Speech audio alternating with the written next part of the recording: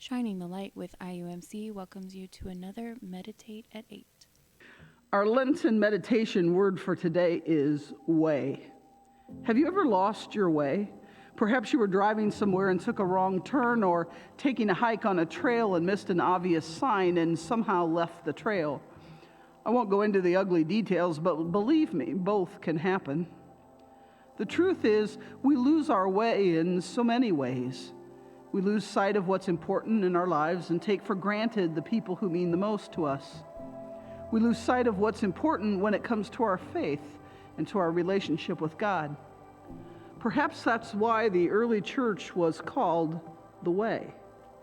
The name itself was intended to remind Christ's followers of what was most important: a new way of thinking, a new way of loving, a new way of serving, a new way of living.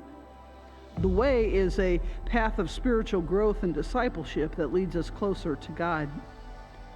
John Wesley, the founder of Methodism, taught that the goal of the Christian life is to become holy, that is, to become perfected in love. That goal is nothing less than to become like Jesus. As with many goals in life, we may not achieve this goal either, but our task is to spend our lives trying. In the Wesleyan tradition, there are two primary paths we are to walk to get closer to the goal. The first path involves our participation in acts of piety, prayer, meditation, the study of Scripture, worship, and communion. The second path involves our participation in acts of mercy, serving God by serving others. Neither of these paths to holiness are easy. They require discipline, sacrifice, and a willingness to surrender our own desires and ambitions to God. Lent calls us into a time of self-examination where we take an honest look at our lives and ask ourselves how we are doing in our faith journey. But Lent also should remind us that taking on these spiritual disciplines isn't just a matter of obligation. These paths lead to greater peace, joy, and fulfillment in life.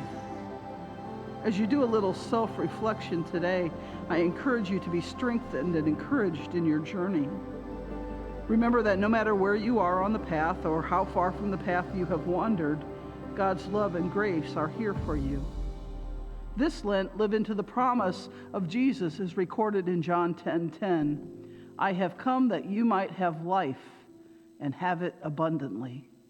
Have a blessed day.